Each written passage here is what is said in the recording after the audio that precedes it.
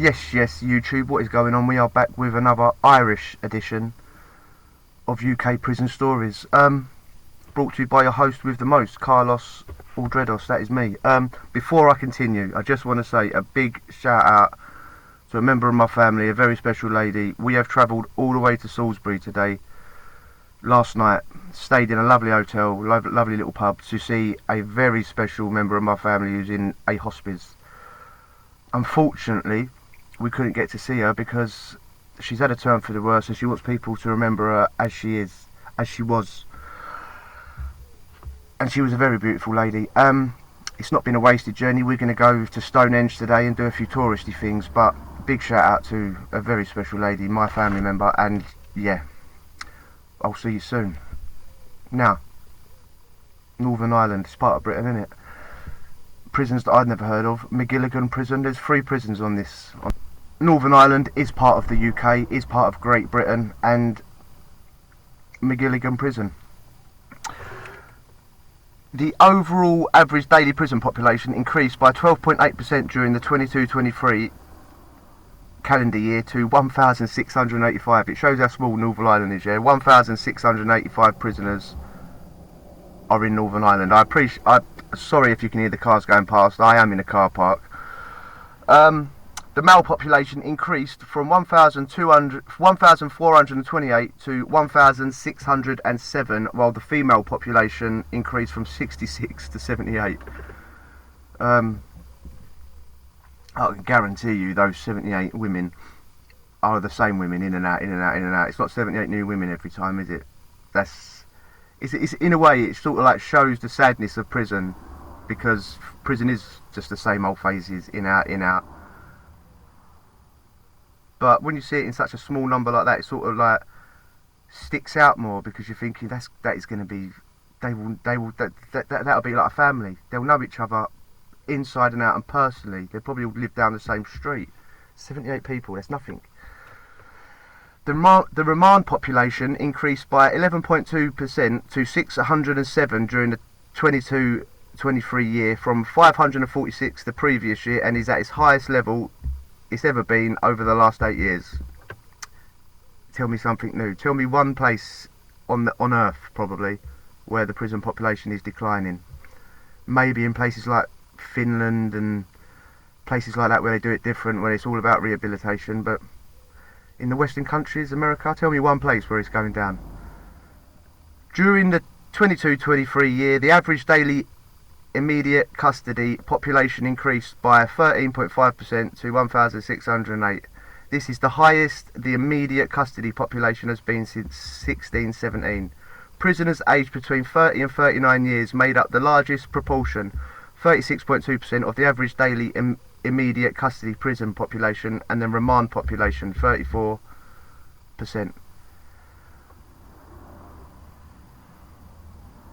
In terms of custodial sentence length, 28% of the average daily population during the 22-23 year had custodial sentences of less than or equal to 1 year, an increase of 27.3%. Well, that could be why the prison population goes up. It's one of the reasons, because people are getting sent away for pettiness, even in Northern Ireland. If you're going away for a year or less, I mean, I haven't seen the sentencing guidelines in Ireland. England seems to be really high for everything, so maybe they're lower. Maybe they have a lower guidelines for things. But if you're going away for a year or less, what lesson are you learning? If I had to do community service for 10 years, every single weekend for 10 years, that would hurt me more than doing 1 year, do 6 months, because you're not going to do the full year probably. In England you don't. That would hurt me much more. But what do I know? I'm just an ex-con. Violence against the person offences continued to account for the largest proportion of all the principal offence categories for the daily immediate custody prison population and for the remand population. During the 22-23 year, those identifying as Catholic represented the largest proportion of the average daily prison population at 51%, while Protestant denominations and other Christians accounted for 33.8%. Maybe, I don't know, maybe there's a higher Catholic population in Northern Ireland. I really don't know. I haven't looked into that part of it. at all. I haven't looked into the population of Northern Ireland, just the prison bit. That could be the reason, because otherwise it would go into like discrimination grounds, wouldn't it? If discriminating against blah blah. I would presume it's because there's more Catholics. Anyway, Magilligan prison. Let's crack on.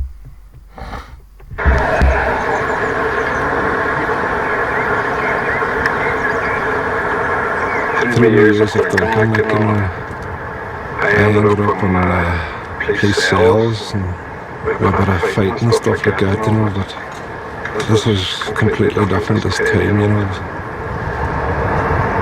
It's changed me as... Was he digging potatoes? Been took away from your loved ones each day, you know, and time to think about my own life and how the journey to now, it hasn't been good, like, you know, but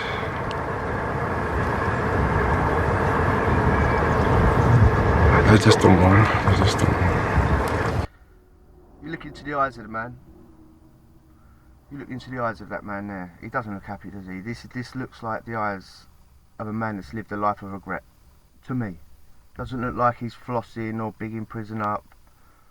It really looks like he knows the mistakes he's made and he's regretting it every minute of it. He said it's drink related, but you can tell, like,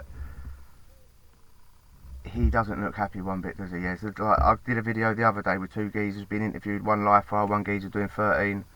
They were unrepentant, they were remorseless, yeah?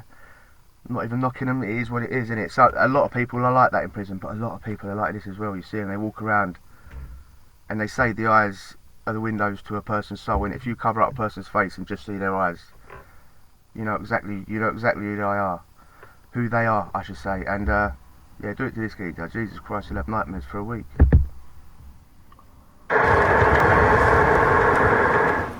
I grew up with an older brother and my mother and father, and my older brother, he fell through a roof at the age of 10 and died, and my mother and father they couldn't get over it at all, so they turned to alcohol, and from a young age, I was 8 at the time my brother died, and all I seen in the house was alcohol and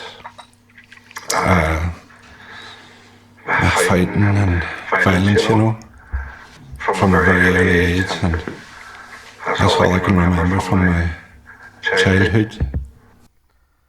How many people's stories start like that, like a death of a close family member, and it kick-starts them on a journey, and if it's not a death, it's some sort of tragedy, hardcore tragedy, like a trauma, severe trauma. You know, something in them has been lost somewhere down the line. You know, whether it's a little bit of dignity, a little bit of self-respect, something's been lost, like a loved one, and it sends them on a path. It's always it's such a repeat cycle. When you've seen it and you've lived it, you can see the similarities every step of the way. And you look at and you listen to people slagging people off for getting nicked and going down, and you think, why can't you see it? Why can't you see the same pattern that everyone lives through that ends up like that? Prison, does it really help?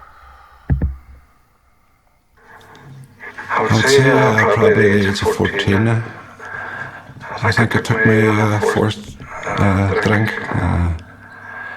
I just loved it right away, you know, and it made me feel different.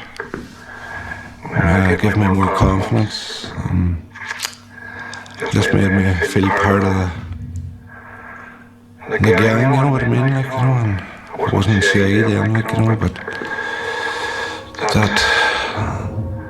that way of being didn't last long, like.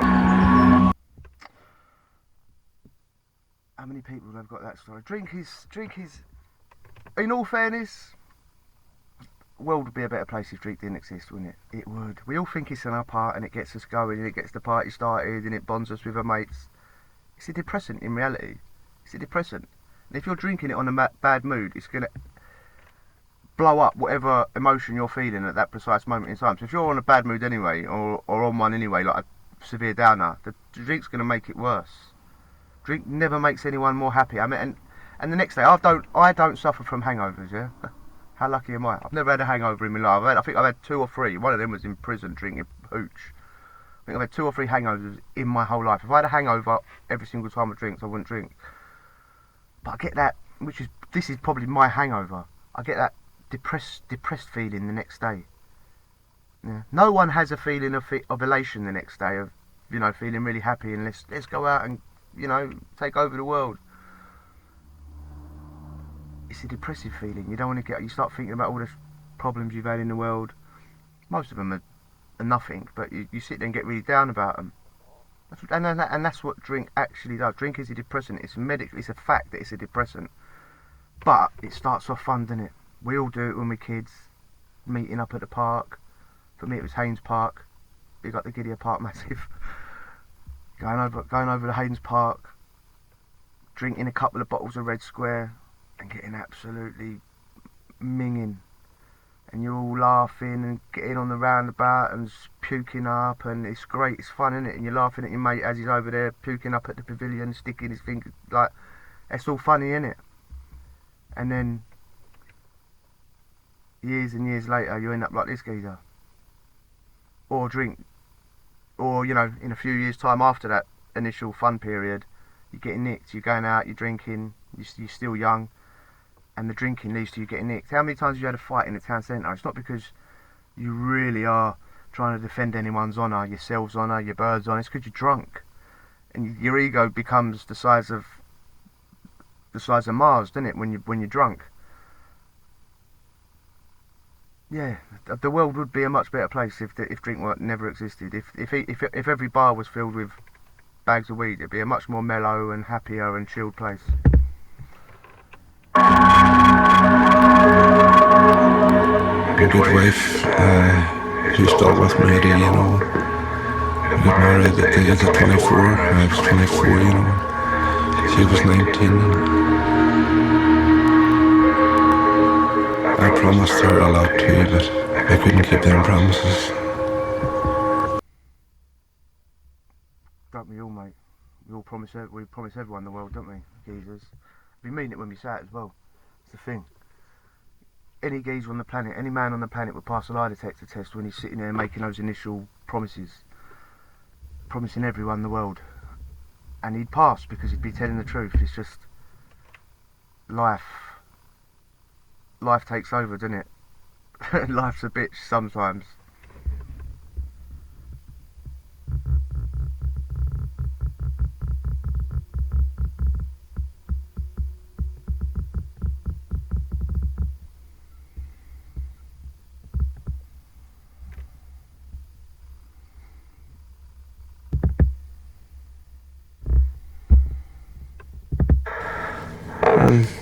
It's basically just the attention seeking. I was just wanting to be the class clown, as they say.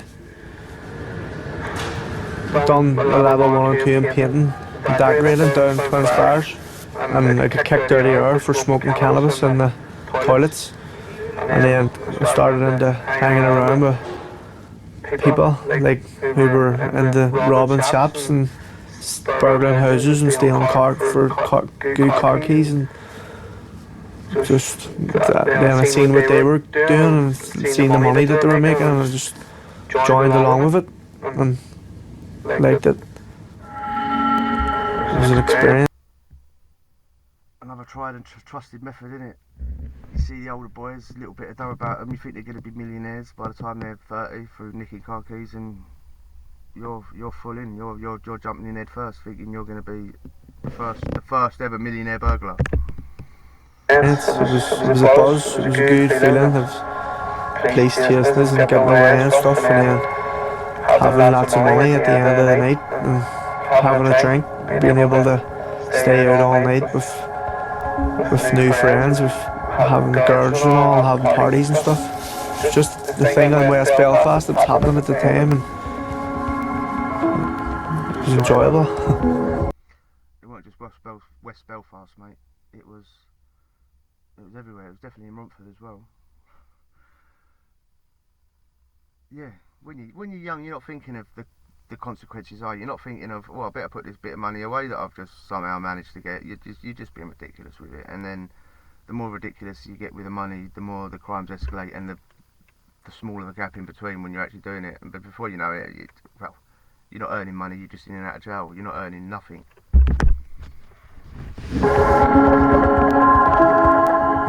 Back then, did you think at all about the people whose houses you were going into or whose cars you were taking? No. I didn't think about 100% truthful.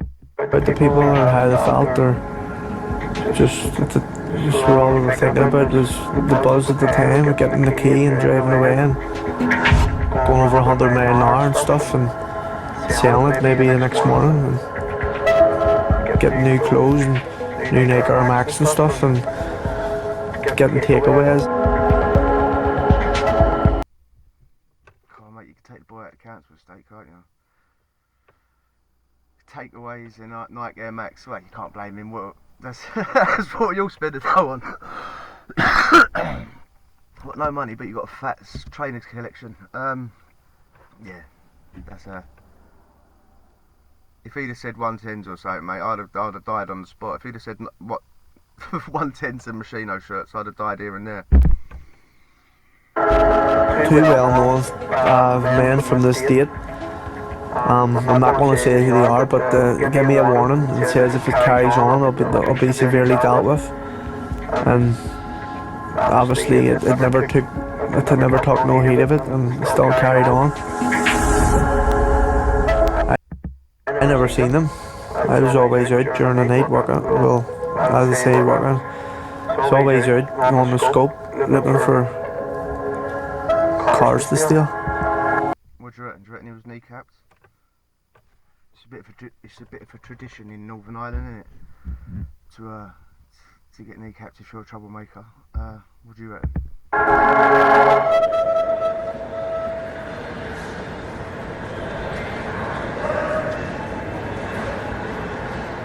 My mum was caught bringing me in drugs, pressured her into doing it. You know what I mean? She's out now, like, and then 2.5 months. She got early release. For those that don't know what he just meant then when he said like his mum took him drugs on a visit and got caught. It's as simple as that. Yeah. Don't ask your mum to take drugs on a visit, because otherwise when she gets nicked she'll end up banged up. Imagine getting your mum banged up, because your mum's not going to offer her. Do you want these, son? She's only going to do it because you've asked her and you've asked her and you've asked her and you drove her mad, and then she gets nicked and banged up. How guilty would you feel? It's my fault, like, but made sure she was taken care of and right.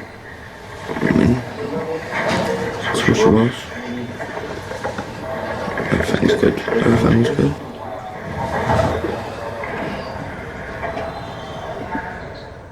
Tell me about growing up. Do you have happy memories with it? All happy memories. Wouldn't change it. I mean, all happy memories.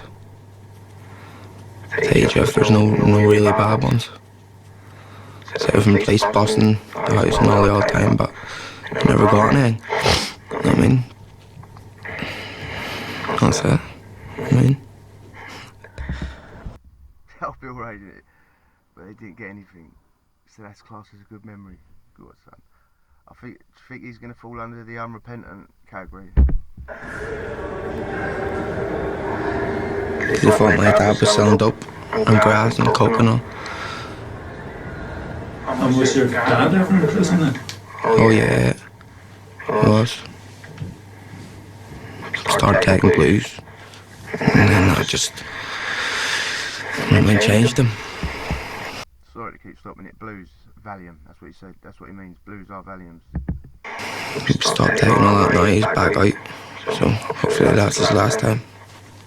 I mean, I grew up without my real dad, but I had my stepdad. The best thing, like, I didn't have my stepdad, I wouldn't have no one to look up to. I call him a real dad. I mean, love him to bits. So I do. When did you start getting into trouble with the police? Just whenever you boys thought they were acting hard, just so they were in the wee groups, so I started carrying a knife with me. Why do people carry knives? Just as a quick a quick message: if you carry a knife, you will use it. Yeah. If you carry a knife, you will use it. Don't carry a knife if you don't want to use it. Whether in self-defense, whether in the complete opposite of self-defense. If you carry it, you're going to use it. People shouldn't feel like they're pressured into carrying it. People shouldn't feel peer pressure. They shouldn't feel they need it for self-defense. If you carry it, you're going to use it. Because even if you don't, as soon as you whip it out, what are you going to do? The person might take it off you and then use it against you. You've got to use it. If you got it, you're going to use it. Don't carry it. Started smoking drugs, taking drugs. It all changed for me. I mean, can't be safe out there about, you know what I mean? On the wee groups, you're walking home on your own. What the fuck do you have? It's just dodgy. So what age would you have been around this time? 13, 14. 13, 14-year-olds shouldn't be worrying about carrying knives, should they? But maybe, I'm not even saying we did. If you did when you're that age, back in my day, you had it to show off, not because you thought you needed it for self-defense. The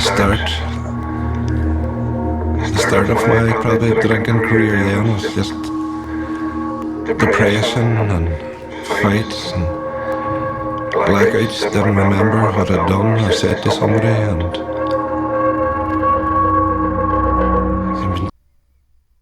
been there, done that, blackouts, mate. People go, "God, mate, you was a bit mean the night before." You go, "Well, I can't remember nothing." It's true, don't it? But a lot of times people blame blackouts for their, like they blame it. They go, "Oh, I can't remember because I blacked out," when in reality they can remember. A lot of domestic violence is like that. "Oh, I just saw red and I blacked out and I don't remember." But it does happen, doesn't it? And I've woke up and they go, "God, mate, you was acting like a right arsehole." You go, "I can't remember." And yeah, alcohol related. took to court for assaults and right few times, you know, when I was starting to come out of my late teens and early 20s, and that kept going on through the years. I couldn't really hold a full-time job down. Alcohol took care of that, you know. I kept not being able to turn up, you know, on Mondays. Yeah. I always think like, when you compare weed to alcohol, weed ain't going to stop you getting up to work on a Monday, is it? But they drug test at work, which I've never understood. I've never understood why they drug test at work, like certain jobs. They don't breathalyze. I've seen people walk into work drinking cans of beer, and then they turn up to work and crack on, and the geezer that's had a joint is going to lose his job because he's walked in, they've gone, "Come on, mate, drug test." It's weird when you think of it like that, isn't it? They drug test at work, but they don't alcohol test. And the amount of alcoholics that are at work is, I've literally seen people walk into work to my job, the same job that I did, drinking cans of beer, and you think, "Oh, mate, I'm at risk and you ain't." It used to be Mondays, but it kept being Mondays and Tuesdays, and people just got fed up with me, you know. There were a lot of good people who kept by me, stuck by me over the years, and had patience with me, but these people also ran out of patience with me too, you know. It's what always happens, isn't it? Because people do genuinely have their own lives. And especially when years and years and years go on, people end up getting married, getting a house, getting a mortgage, moving on in their job, having kids, and they think, "Oh, I've got other priorities rather. I can't deal with you all the time." And plus all the hidden problems that everyone has in their lives, and then they've got to keep looking at him and going, "Well, everything you're doing is self-inflicted." You know, patience does go, and people move on, and you're just stuck in a time warp.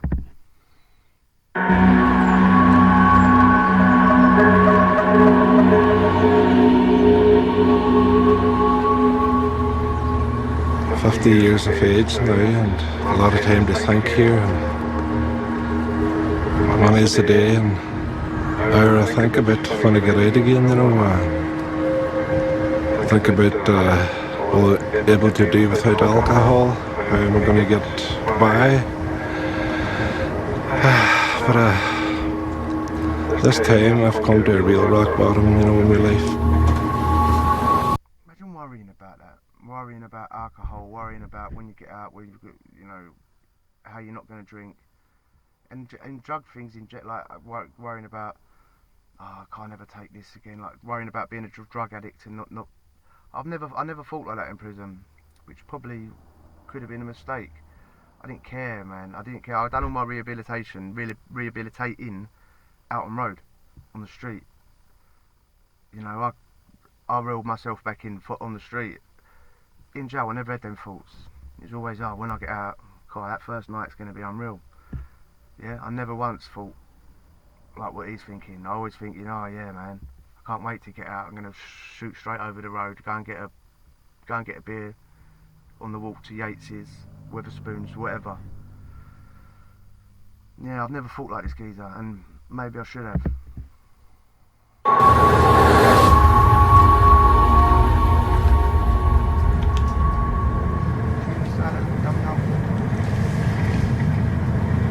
It's going to be a life sentence, what I've done.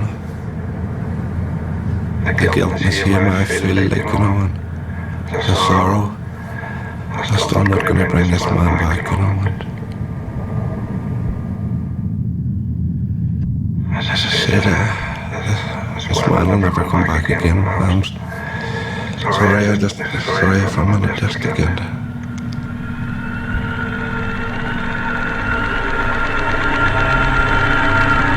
Outside and stuff, and then people in here trying to make time harder because you know you're agreeing to the system, and because I keep the head down, and more people are just would rather take drugs and do their time hard.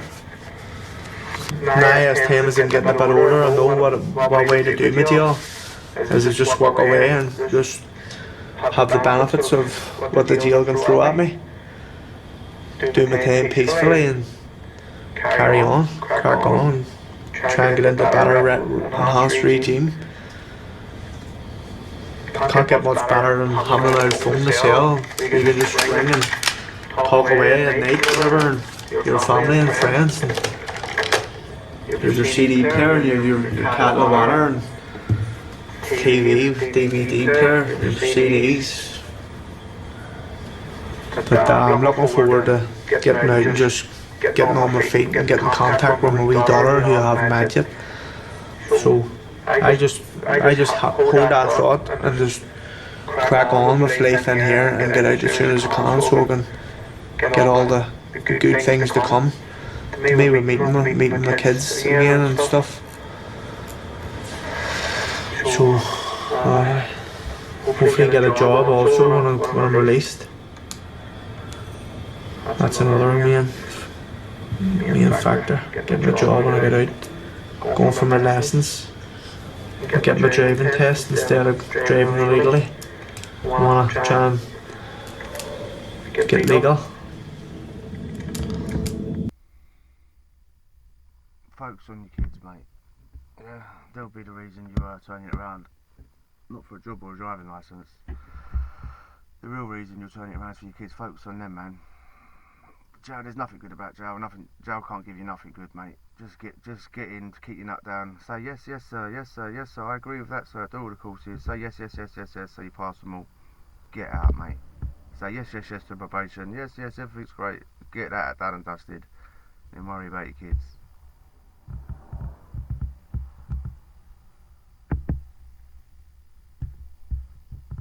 On legal high, and it was just an opportunity, and I seen a fella getting out of his taxi, so I noticed that he'd closed the door behind him, and I went into the garden and took his key out with the car key, attached it, and took his car out for a spin, and the police observed the car going down the carriageway over 100 mile an hour, so they put the blue lights on and start chasing me. Were they in Christ? Then 10 minutes of the chase with Christ. So I was caught on the scene and I pled guilty in court to it. it's just a stupid thing to do at night when I was drunk, and I just thought of just an opportunist. An opportunist.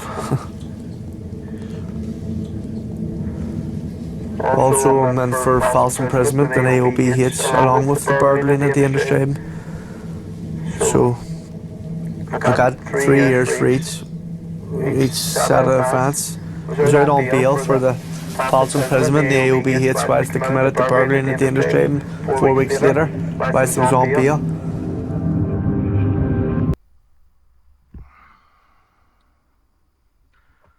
3 years for each. I'm presuming that's concurrent, so he's basically doing the 3 years. See what I mean though? England give the harshest sentences. I'm not saying, you know, he should have got more. I'm just comparing the